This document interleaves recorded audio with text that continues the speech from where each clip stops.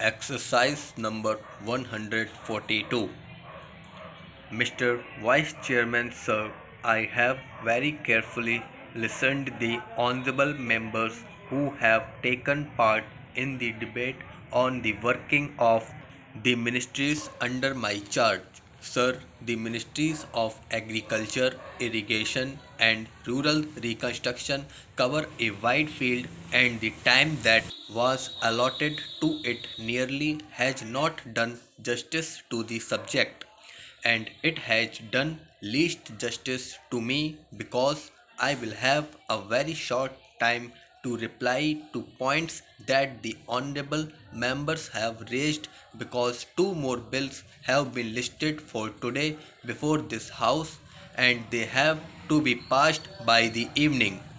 However, I would like to give a brief picture of what we have been able to achieve in the field of agriculture and what we have done to ameliorate the conditions of the rural poor, and how we have tried to expand irrigation, which is a very essential input for agricultural production.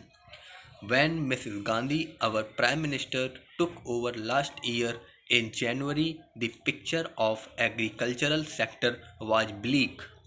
I would not like to go into of how farmers have suffered during the previous regime.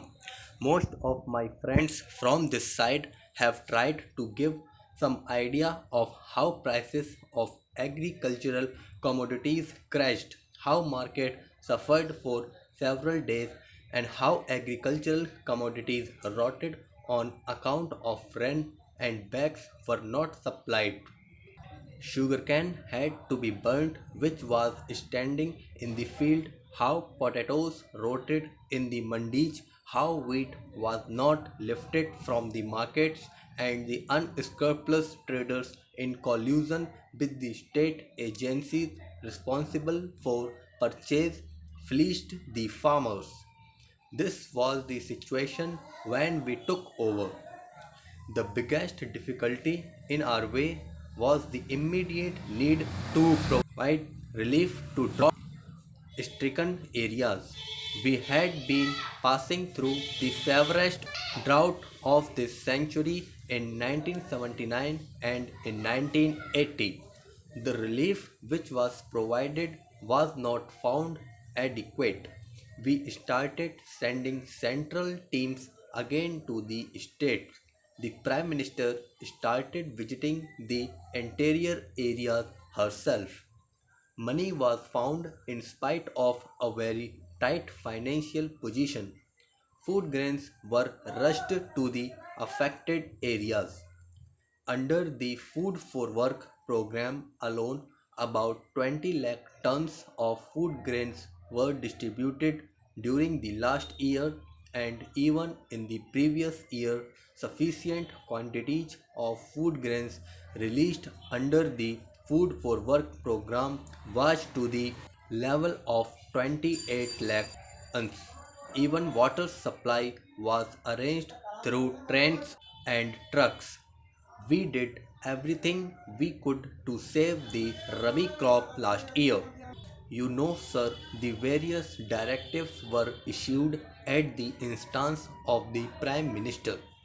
Power was reserved for the farm sector up to 60%. Share in diesel was set aside for the farmers up to 70%. In spite of the shortage of diesel and due to all these measures, we could produce sufficient quantities of food grains even last year. But the production fell from about 132 million tons to 109 million tons last year, a shortfall of about 23 million tons.